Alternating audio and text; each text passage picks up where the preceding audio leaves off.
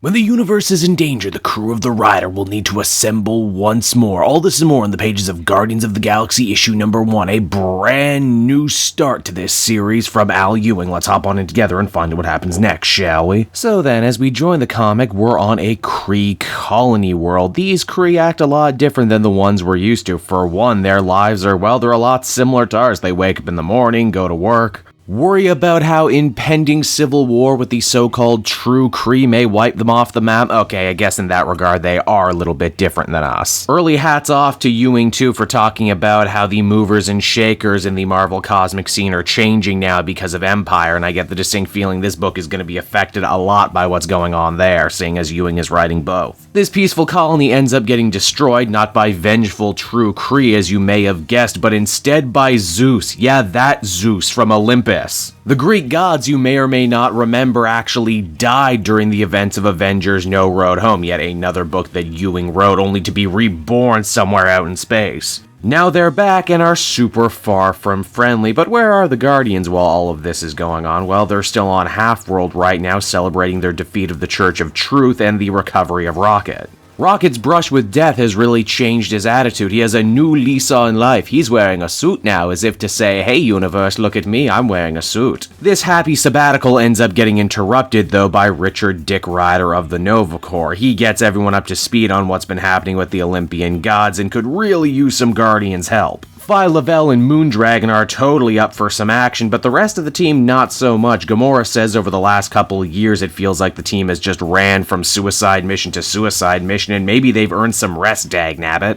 And because Peter and Gamora are a couple right now, if she's not going, that means Peter's not going. Granted, later that night, his conscience certainly starts to get the best of him. In a fun callback to his most original origin story, Peter is tormented by visions of the Master of the Sun, the man who made him the Star-Lord, but not really, because Star-Lord's origin gets retconned all the time, and he chops these up to shitty implanted memories that are acting up again.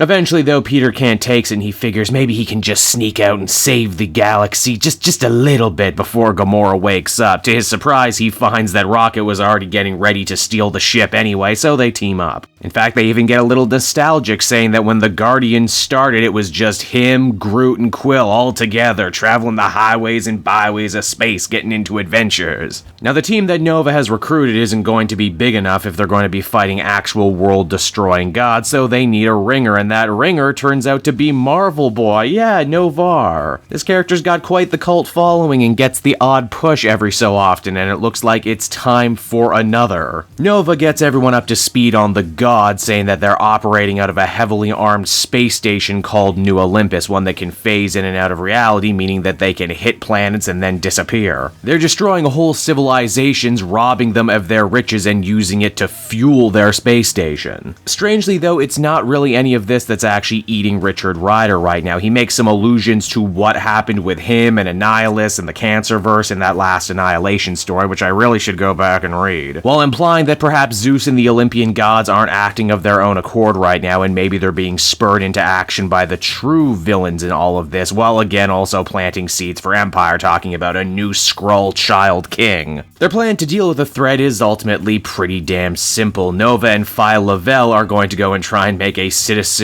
arrest of the gods, while Moondragon uses her psychic powers to cloak the rest so they can stealthily sneak aboard New Olympus and blow up the station from the inside. At first, things go pretty solid, but the tables quickly turn when Hermes realizes that there's an outside force influencing all of their minds. Hermes attempts to kill Moondragon for her transgressions, but Marvel Boy swoops on in and kills Hermes. A god killer, I guess he was a good fit for this team. With Olympus now officially on high alert, our heroes are going to have to get the hell out of Dodge as quick as possible. It's on their way out, though, they end up stumbling upon a prison cell where we discover Hercules, as in Hercules the Avenger, the hero of Earth who seems to not have been as radically changed as his other friends on Olympus, meaning that he might actually be able to help them as the comic comes to a close. And so that was Guardians of the Galaxy issue number 1, and as if there were any doubt in anyone's mind, Al Ewing gets this off to a pretty damn interesting start. Ewing is no stranger to the Marvel cosmic scene, having written 2 different incarnations of the Ultimates as well as planting the seeds for this new Empire event that we're going to be dealing with. This first issue hits that sweet spot of feeling very familiar for Guardians of the Galaxy fans, for me especially, bringing up a lot of memories of the Abnett and Lanning era, while also being completely different than what Johnny Cates just did.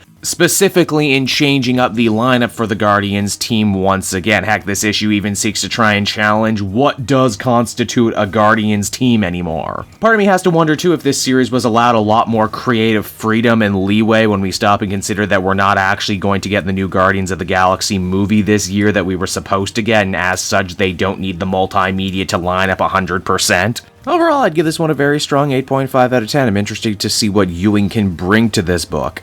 Hey there everyone, Cape Joel again, and I want to thank you so much for watching to the end of the video. As always, if you liked what you see, be sure to like, subscribe, comment. It really helps drive engagement and helps me out too. Also, if you are a patron, which you can become for as little as $1 a month, you will get exclusive content that no one else can ever see, and you'll get to see the Comic Multiverse podcast before anyone else too. You can check out all this and more down in the description. And until next time everyone, this has been Cape Joel, and I'll see you all next time. Cheers.